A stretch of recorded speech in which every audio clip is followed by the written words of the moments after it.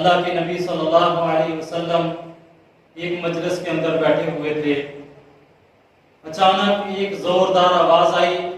اللہ کے نبی صلی اللہ علیہ وسلم نے پوچھا، صحابیوں آپ کو معلوم ہے یہ کس کی آواز ہے؟ صحابی کہنے لگے، اللہ کے نبی صلی اللہ علیہ وسلم آپ بہتر جانتے ہیں یا آپ کا اللہ بہتر جانتے ہیں؟ تو اللہ کے نبی صلی اللہ علیہ وسلم کہنے لگے، صحابیوں جس دن جہنم کو بنایا گیا اس دن ایک پتھر کو پھینکا گیا، وہ آج اس جہنم کی تہہ میں جا کے وہ پتھر لگا ہے۔ اللہ اکبر۔ میرے بھائیوں، آدم علیہ السلام سے لے کر حضرت محمد رسول اللہ صلی اللہ علیہ وسلم تک 1,24,000 کم و بیش پیغمبر آئے۔ ہر پیغمبر نے اپنے دور خلافت میں کئی کئی سال گزارے، کہیں کہیں مہینے اور کہیں کہیں دن گزارے۔ عزیز بھائیوں، اللہ کے نبی صلی اللہ علیہ وسلم 1,24,000 پیغمبروں کے بعد آنے والے آخری پیغمبر ہیں۔ ان کے دور میں وہ جہنم کی تہہ میں جو پتھر جا کے لگا، تو عزیز بھائیوں یہ بات اپنے ذہن میں یہ سوچیں، اللہ اکبر، جہنم کتنی بڑی اللہ نے بنائی ہے۔ 1,24,000 کم و بیش پیغمبر آئے، ان کی زندگیاں گزر دی گئیں، کتنے ماہ، کتنے سال، کتنے صدیاں گزر گئیں، کتنی صدیوں کے بعد وہ پتھر جا کے زمین کی تہہ میں لگا، جہنم کی تہہ میں لگا۔ تو عزیز بھائیوں دیکھو جہنم کتنی بڑی ہے۔ تو جب یہ واقعہ بیان کر رہے تھے اللہ کے نبی صلی اللہ علیہ وسلم، ایک چھوٹا سا صحابی، کمزور سا صحابی اس مجلس کے اندر بیٹھا ہوا تھا، وہ یہ بات سن کے ڈر گیا۔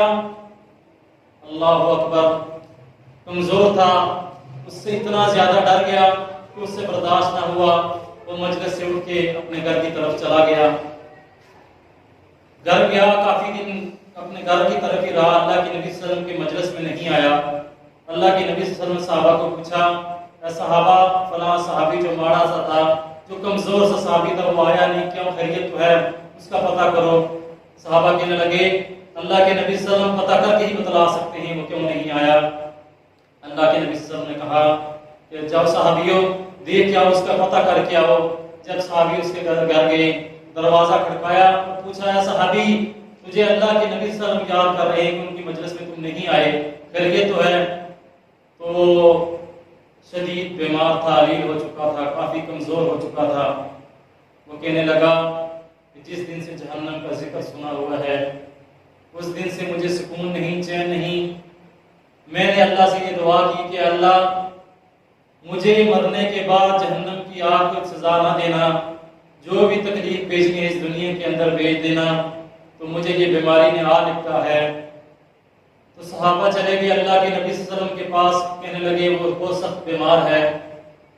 تو اللہ کے نبی صلی اللہ علیہ وسلم کہنے لگے، چلو صحابیوں مجھے بھی ساتھ لے کے چلو، اس کی عیادت کرتے ہیں۔ اللہ کے نبی صلی اللہ علیہ وسلم اس صحابی کے گھر جاتے ہیں، صحابی کو کہتے ہیں، اے صحابی، یہ بیماری تم نے اللہ سے مانگ کر تو نہیں لے لی؟ کہنے لگا، جی اللہ کے نبی صلی اللہ علیہ وسلم ایسا ہی ہے۔ تو اللہ کے نبی صلی اللہ علیہ وسلم نے بتلایا کہ اے صحابی، تجھے میں ایک دعا نہ بتلاؤں، وہ دعا پڑھتا رہے گا، نہ دنیا کے اندر آپ کو بیماریاں آئیں گی، نہ آخرت کے اندر آپ کو کوئی عذاب ہوگا۔ وہ دعا یہ تھی کہ ربنا آتنا فی الدنیا حسنۃ وفی الآخرۃ حسنۃ وقنا عذاب النار۔ تو عزیز بھائی، اس کی اگلی آیت میں اللہ تعالیٰ فرماتے ہیں، علیہا ملائکۃ غلاظ شداد لا یعصون اللہ، کہ وہ جہنم جو میں نے تیار کی ہے اس پہ جن فرشتوں کی ڈیوٹی لگائی ہے وہ سخت دل اور مضبوط فرشتے ہیں، ایک ذرا برابر بھی اللہ کے حکموں کی نافرمانی نہیں کرتے۔ تو عزیز بھائیوں، وہ جہنم کتنی دردناک ہوگی۔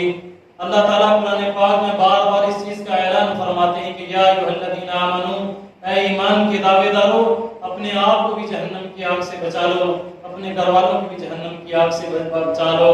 اسی کے اندر آپ کی کامیابی ہے، اسی کے اندر آپ کی فلاح ہے۔ تو عزیز بھائیوں، یہ سورۃ التحریم کی مختصر سی آیت، اس کا ترجمہ اور تفسیر آپ کے سامنے بیان ہوا۔ اللہ تعالیٰ آپ کو مجھے دین حق پڑھنے، سمجھنے اور اس پہ پورا عمل کرنے کی توفیق عطا فرمائے۔ وقولوا قولی ھذا واستغفر اللہ لی ولکم۔ السلام علیکم ورحمۃ اللہ وبرکاتہ۔